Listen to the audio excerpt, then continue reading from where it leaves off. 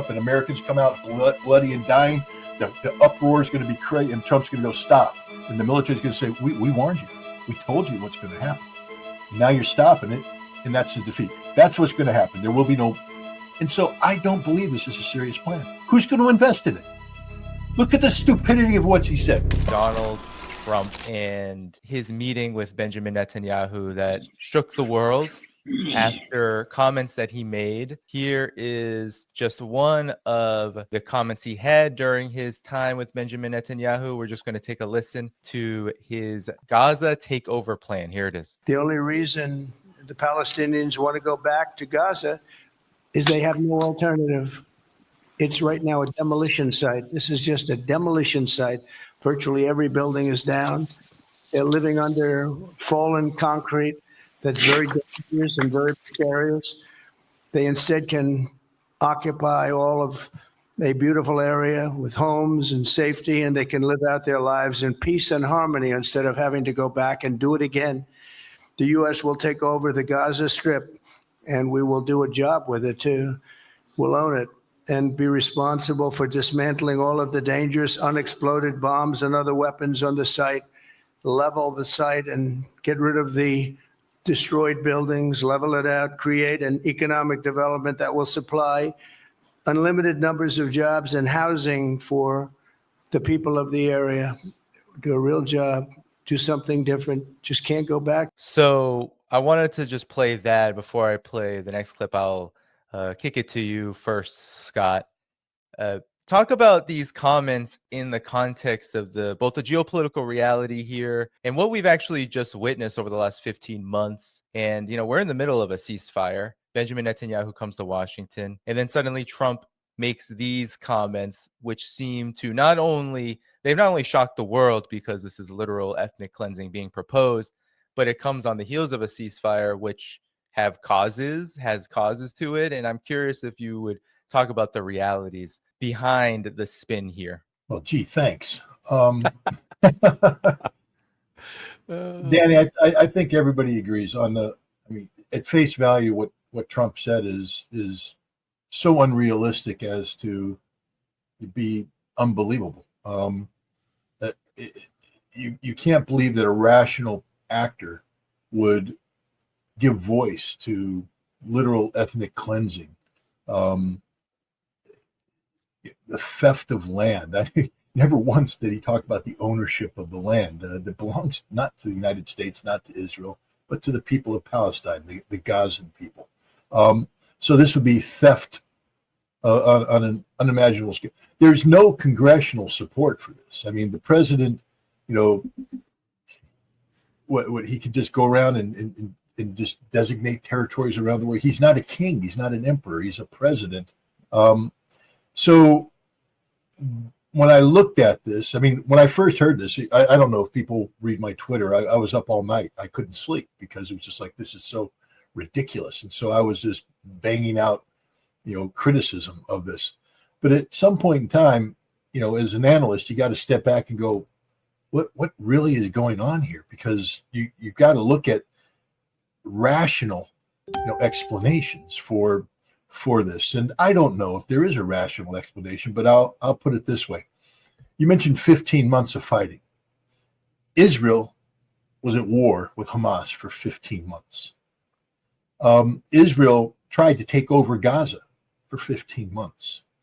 Israel got their asses handed to them by Hamas for 15 months, and Israel withdrew from Gaza under pressure because their military could no longer sustain the fight. And I bring that up because if you're Donald Trump and you're becoming president and your goal and objective is to create Middle East peace, that's what he says it is. And you're looking at the Gaza problem, and now you're bringing Netanyahu over to talk about the Gaza problem, one would logically think, and most presidents would say, what's Israel's plan?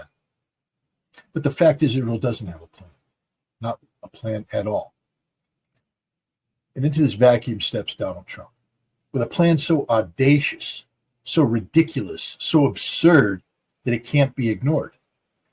if you saw Netanyahu, and the thing that got me thinking this way is just watching Netanyahu's body language. He was not happy about any of this.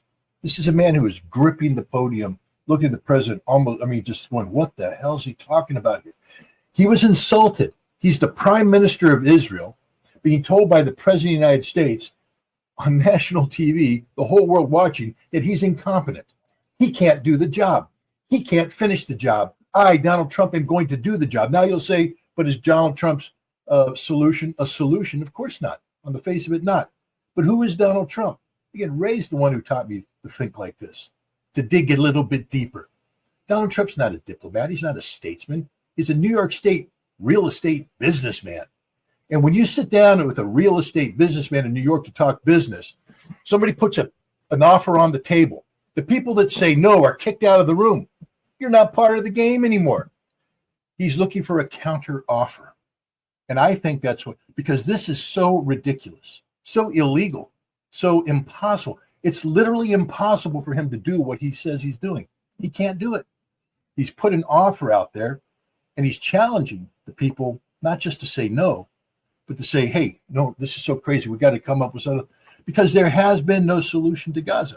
This is my guess. I'm just guessing. I'm spitballing because it's the only thing that allows me to believe that there's sanity in the White House. Because if I'm wrong on this and Donald Trump actually believes he can do this, then we are literally being governed by a madman, by an insane man who is dangerous, not just for the world, but for the American people.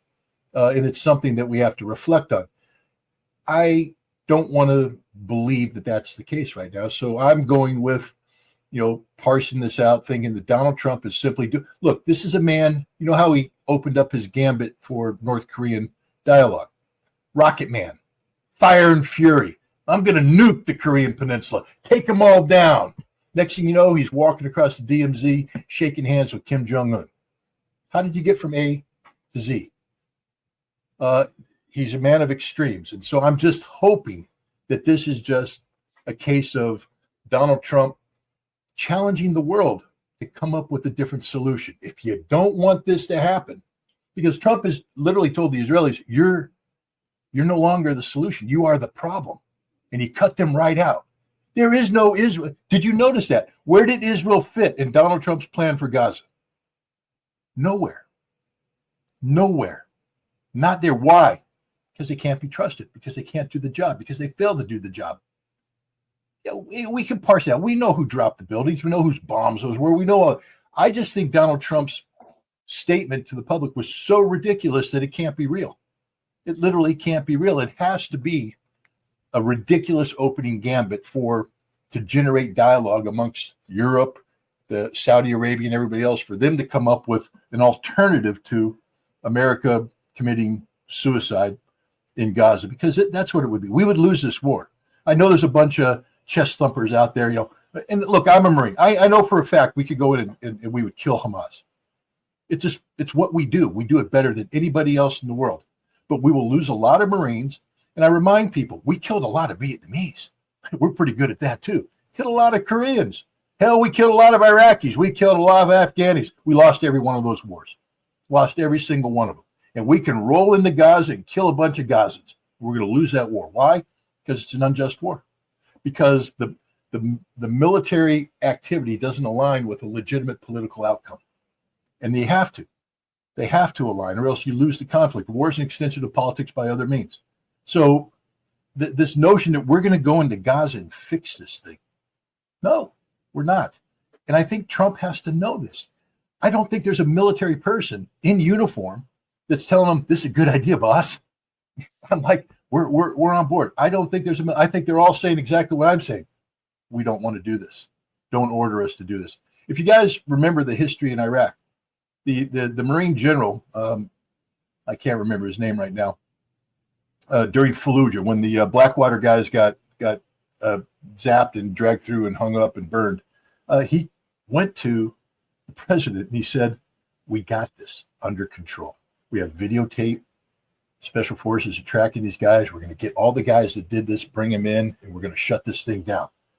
Do not order us to go into Fallujah. It will be a nightmare. He said, we'll do it, but you won't like the outcome. You won't like what we're going to do. You weren't going to like how we do this. And then the other thing he said is, if you send us into Fallujah, don't stop us. Yeah. Once you say go, we go. And you know what the president did? Sent him into Fallujah. And a couple days later, he went, holy shit, the Marines are being Marines. Stop. You can't have this. It was a disaster. That's what will happen in Gaza. I don't know what Trump thinks is going to happen, but the military will say, don't send us in. But if you do send us in, don't stop us. Because once we start, it's going to get ugly really quick and stay ugly until the job's done. In about a weekend, when the bodies are coming in and the video is horrible, and Americans are watching Americans kill innocent civilians and blow things up, and Americans come out bloody and dying, the uproar is going to be crazy, and Trump's going to go, stop. And the military is going to say, we warned you. We told you what's going to happen. And now you're stopping it, and that's the defeat. That's what's going to happen. There will be no. And so I don't believe this is a serious plan. It's not who's going to invest in it? Look at the stupidity of what he said. We're going to go in there and remove all those unexploded ordnance. No, you're not. You have no idea how to even begin that. How do you do rubble removal? Where are you going to take the rubble? Is this going to be Berlin all over again, where you build a giant, a giant rubble mountain and then put a SIGINT site on top of it? Donald Trump literally has no plan. He doesn't know what he's talking about. And I think this is deliberate. I think he doesn't like Netanyahu. That's the other thing people need to understand. He doesn't like Netanyahu. He's the guy that put out, let the videotape of Jeffrey Sachs criticized. Why would Trump do that? Because Trump hates Netanyahu, despises Netanyahu. Trump, this was about jabbing it to Netanyahu and then challenging the Saudis are on the fence. If you're Donald Trump, think about it. No Arab country is here to help you. No Arab country cares about the people of Gaza. I mean, Yemen, apparently, the Houthi do. Lebanon, what are they? Shia, the Shia of Iraq. So the Shia care about the Muslim Brotherhood in Gaza more than the Sunni Arabs do. No Sunni Arab nation is lining up to say, we're with the Palestinians. Even the Palestinians aren't with each other. Abu Mazen is undercutting Hamas every day. He is so jealous that Hamas won. He's so angry that Hamas won. He wanted Hamas destroyed because he's an Israeli tool. The Palestinians are split. The Arab world won't support. And so Trump's basically saying, if you guys don't step up to the plate, this is what's going to happen. It's not going to happen, but he's maybe doing the Richard Nixon madman theory. Who knows? But I don't know. This is just my desperate attempt to try and bring some sort of rational framework around the insanity that we all heard last night. Larry, I wanted to pass it to you. And there's one, like, what message is being sent to who? There's always this, is he trying to parse out a deal to pressure actors? Well, it's hard to know for me, like, who these actors would be, given that the proposal completely excluded Palestinians altogether, which you would think that would be number one, who would be part of a deal of what to do about post-genocide Gaza. But then there's also, I wanted to ask you, Larry, about, in my opinion, Israel just lost pretty significantly militarily. And now the United States is saying they're going to go in with an unbelievable kind of posture into Gaza and escort all the Palestinians out. That's what it sounded like to me. So, Larry, your reaction? Well, first, Trump sort of blew up the settler narrative. This land is our land. God gave this land to me. Nope. Trump's taken part of it over. It's American land now. That's what he was saying. So he was not acknowledging in that the Zionists would have control. He was actually, in a way, sending a pretty bizarre message. And I think Scott's observation about Bibi Netanyahu's body language is accurate. The other thing to remember is this was entirely scripted. Trump was normally Trump's not reading from a note card or reading from a teleprompter. He was reading from a note card. This had been prepared in advance. Who wrote that up? Jared Kushner, for his real estate investment, maybe. But this is part. I chalk this up also to, Trump's showmanship. I'd encourage everybody that's watching now or listening, go Google on YouTube Donald Trump and Vince McMahon. The time that Trump appeared in the ring at a World Wrestling Federation event and, was breaking chairs over people's heads and, throwing sucker punches. There is also, I'll call it, I don't want to suggest that this is lighthearted entertainment, but Trump was saying some things there that, both simultaneously on some side takes heat off of Netanyahu at home, who's politically, he's made promises to, skip the first phase of the ceasefire and violate the second phase. In sort of a bizarre way, I think what Trump was doing was trying to buy time. Now, so yeah, no, we're going to take Gaza over. We'll resettle it. We'll move all the Palestinians out. And, what's Netanyahu going to do? Go back and say Trump's a liar? That's not going to happen. Trump, no, he can't say that. It was sort of an odd way that Trump boxed Netanyahu in. The other thing I noticed was just the contrast between the appearance of Donald Trump, who's 4 years older than Netanyahu. Netanyahu looks like a sick man. He does not look healthy. He's had, Ray McGovern's way older than Bibi Netanyahu and looks far better than Bibi Netanyahu. Bibi Netanyahu would like to look like Ray McGovern. But so there's some health issues there with Netanyahu. So, and then the practical thing, Trump keeps saying, oh, yeah, I've talked to the other Arab nations and they're all on board. And today, Turkey was out saying, hell no, forget that. MBS in Saudi Arabia was going, he learned to speak Russian. He goes, niet means niet. It's not going to happen. And it's only going to happen if there's a Palestinian state. So, I don't know what Trump has up his sleeve. You saw today he walked it back a little bit because it's an idea that's not fleshed out. And as Scott correctly noted, he's not in a position to send U.S. troops in there because that would be a bloodbath. And all of a sudden he's going to be bringing home body bags and greeting them at Dover. He doesn't want that image at all. Maybe I'm jumping ahead, but this was, like I said, this was all scripted. All of his pontification about Iran. Boy, Iran, if you're building that nuke, we're going to get you. Well, we already know that Ali Khamenei hasn't given them the green light to build a bomb. Until Ali Khamenei says go, it's not going to happen. And on January 17th, they signed a deal with Russia, where Russia's vowing to help in the nuclear industry, but that comes with a clause that's not publicized. That means you don't get to develop a nuke. We're going to work with you. It's going to be peaceful, no nukes. So I think we need to step back and, it's easy to say, Donald Trump's a moron. He's an idiot. I keep going back to the Vince McMahon. He's a showman. He's an entertainer in his own little world, and it's worked for him so far. And I think he's, in some aspects, what he said at that podium actually ends up limiting what Bibi Netanyahu can do going forward, not starting a new war. Ray, what do you think about this? Because, on the one hand, I definitely hear that and could conceive that this plan is absolutely ridiculous and cannot be implemented without disaster for the United States. But on the other hand, we've seen the United States for so long jump into disasters with regard to its assistance to Israel. And while Donald Trump had begun his administration maybe moving away from that with the implementation of the ceasefire, there's still questions about, will actually the United States go for this? Ray, what is your assessment?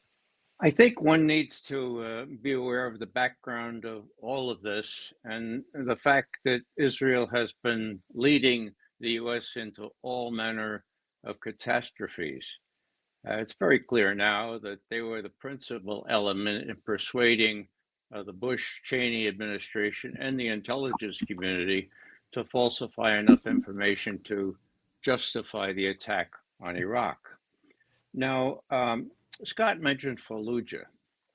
What many people don't remember is that was a direct result of the killing of a paraplegic, blind sheikh named Yassin, the spiritual leader of Hamas in Gaza in March 2004.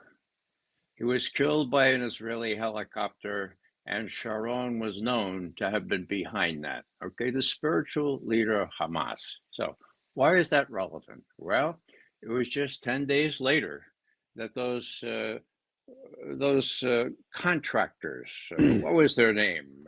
The kind of contractors we had there. It was Blackwater, wasn't it? The Blackwater guys, yeah. There were 4 or 5 of them, and they misread the map and they made the wrong turn, and they ended up in the hands of people who really feel serious about killing the spiritual leader of Hamas. And you know what happened to them. I don't defend that at all, okay? But that was at the bottom of it. And when those people dragged those Blackwater types through those streets, on the panels of the trucks that they used was Yassin Revenge Brigades. Okay, now Scott mentioned what the Marines were ordered to do against Fallujah. His account, as usual, is extremely accurate.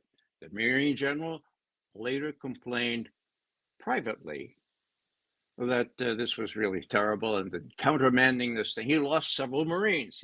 The Marine commanders worth their salt don't like that, okay? But what happened? Well, actually, how'd he end up? He became the commandant of the Marine Corps.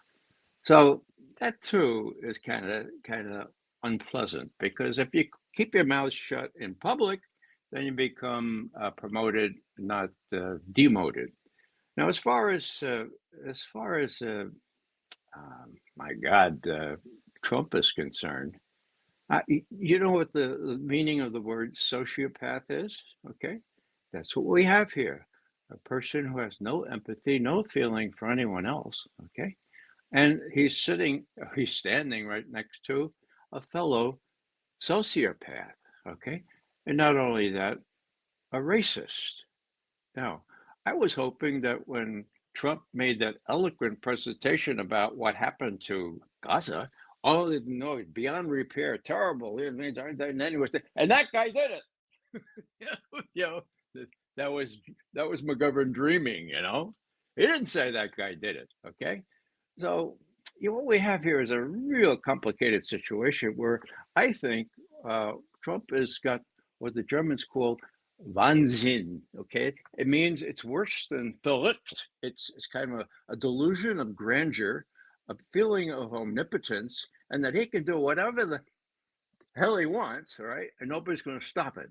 I'm less encouraged at the prospect that our Congress or anyone else in our government can stop this. I wish I had more confidence, but I don't. And I know very well what happened in early 1933 in Berlin. And that was when people could not find their voice. There was no moral leadership. Not the Catholics, not the Lutheran bishops would say a damn word, okay? And what happened, of course, is described by one person who was there, a lawyer training to be a judge.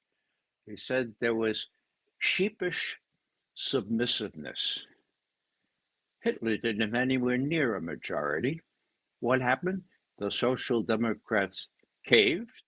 The Christian Center Party caved. And before you knew it, everybody was too afraid to do a damn thing about what was happening to the Jews. That's history, folks. It's not so long ago. I was alive during those years. I never thought that our country would be responsible not only for genocide, but for enabling a psychopath like Netanyahu to try to get away with what he wants to get away with, I am encouraged in a sense to hear Scott and Larry say he's not really going to get away with it because the cards are stacked against him. Hamas is not going to be a shrinking violet. So those are my thoughts. I just feel really bad about the fact that we, this is on us. If we're a democracy, cry the beloved country, for God's sake. That was a novel about South Africa, okay? And we have Bishop Tutu telling us, look, you can't remain neutral when this kind of thing is going on. Remaining neutral is being on the side of the oppressor. If the elephant has his foot on a little mouse in the jungle, the mouse does not very much appreciate it if you remain neutral. And so I just hope that there's more spine, there's more moral fiber in the American public that can stand up against this than there was in Germany in early 1930s.